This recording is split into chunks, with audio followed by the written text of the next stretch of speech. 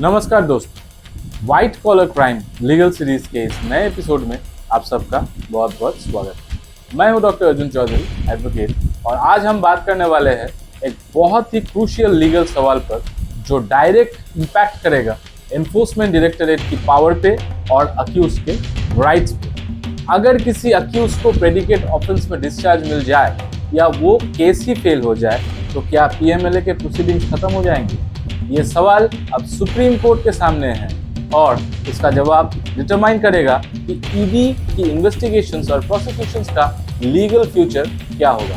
Stay tune till the end, क्योंकि ये case सिर्फ एक लीगल पॉइंट नहीं बल्कि rule of law versus overreach का भी एग्जाम है, जहां हमने इस इशू का लीगल डाइसेक्शन किया है। सबसे पहले बेसिक समझते हैं, प्रेडिकेट ऑफेंस क्या होता है।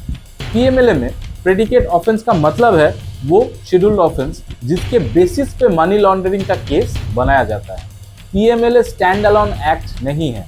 जब तक कोई ओरिजिनल ऑफेंस जैसे कि BNS, NDPS, UAPA, arms act etcetera या कोई दूसरा पेनल स्टैट्यूट जो कि पीएमएलए का शेड्यूल में लिस्टेड हो एग्जिस्ट नहीं करता, पीएमएलए ट्रिगर नहीं होता। Section 21Y of PMLA define करता है scheduled offence and section 3 punishes the act of money laundering, but only if the property is proceeds of crime arising from a scheduled offense। मतलब अगर base offence ही नहीं रहा तो क्या proceeds of crime बचा? यही है सबसे बड़ा लीगल पजल। अब बात करते हैं करेंट केस की। सुप्रीम कोर्ट ने रिसेंटली एक मैटर में नोटिस इशू किया है जहां अक्यूज्ड को प्रेडिकेट ऑफेंस में डिस्चार्ज मिल चुका है। ईडी फिर भी मनी लॉन्ड्रिंग का केस को आगे बढ़ा रहा है। बेंच ने ईडी से पूछा, when the very foundation is gone, how can you construct a building on it? क्या सुप्रीम कोर्ट पहली बार इस इशू को देख रही है? नहीं। Let's go through some relevant case laws। Vijay Madan Lal Chaudhary, landmark PMLA judgment. Supreme court ने यह कहा था कि ईडी की प्रोसीडिंग्स अलग है और ट्रायल पेंडिंग होने के बावजूद चलती रहेंगी, लेकिन कोर्ट ने यह स्पष्ट नहीं किया था कि अगर प्रेडिकेट ऑफेंस में डिस्चार्ज या एक्विटल हो जाए तो क्या होगा। और इसी वजह से कई हाई कोर्ट्स ने यह कहा कि अगर प्रेडिकेट ऑफेंस फेल हो जाता है तो पीएमएलए का ऑफेंस भी टिक नहीं सकता। निष्कर्ष यह है कि अभी तक कोर्ट्स का स्टैंड क्लियर नहीं है। कुछ कोर्ट्स कहते हैं कि पीएमएलए केस डिस्चार्ज के बाद भी चल सकता है, जबकि कुछ कोर्ट्स कहते हैं कि अगर बेस केस ही फेल हो गया तो पीएमएलए टिक ही नहीं सकता है। अब चलिए दोनों तरफ के आर्ग्यूमेंट्स देखते हैं। ईडी का आर्ग्यूमेंट, पीएमएलए एक स्टैंड अलोन ऑफेंस है, मतलब इसकी अपनी अलग पहचान है। प्रेडिकेट ऑफेंस का ट्रायल अलग होता है, इसलिए डिस्चार्ज का मतलब पीएमएलए केस खत्म नहीं होता। अगर अक्यूज डिस्चार्ज हो गया तब भी मनी लॉन्ड्रिंग किसी और से ट्रेस की जा सकती है। प्रोसीड्स ऑफ क्राइम सिस्टम में फिर भी एग्जिस्ट कर सकते हैं। अक्यूज का आर्ग्यूमेंट है, सेक्शन 3 कहता है कि प्रॉपर्टी तभी प्रोसीड्स ऑफ क्राइम होगी जब वो एक प्रूवन शेड्यूल्ड ऑफेंस से आई हो। अगर ट्रायल कोर्ट ही बोल दे कि कोई ऑफेंस हुआ ही नहीं तो प्रोसीड्स ऑफ क्राइम का सवाल ही नहीं उठता। डिस्चार्ज के बाद भी पीएमएलए प्रोसीडिंग्स कंटिन्यू करना आर्टिकल 21 यानी राइट टू फेयर ट्रायल और लिबर्टी का उल्लंघन है।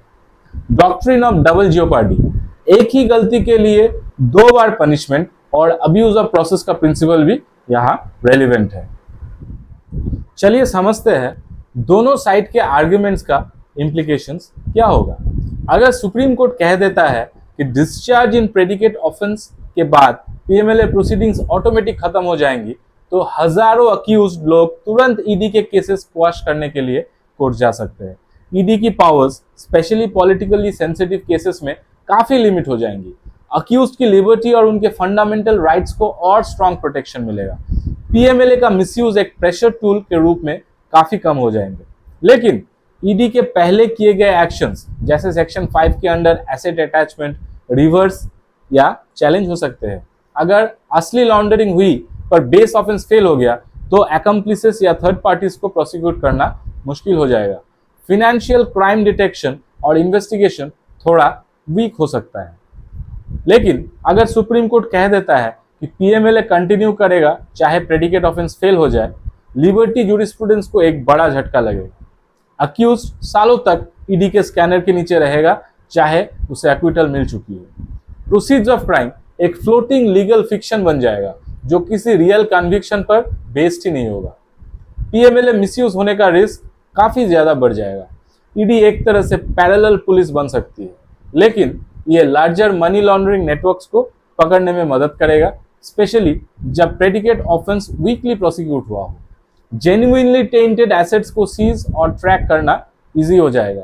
इंडिया के global anti money laundering commitments जो कि एफएटीएफ को दिया गया है तो स्ट्रांग रहेंगे।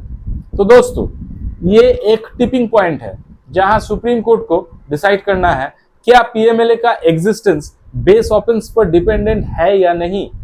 ये जजमेंट फ्यूचर में पॉलिटिशियंस, ब्यूरोक्रेट्स, बिजनेसमैन और आम आदमी सबके लिए प्रेसिडेंट बनेगा। Will be closely tracking this case.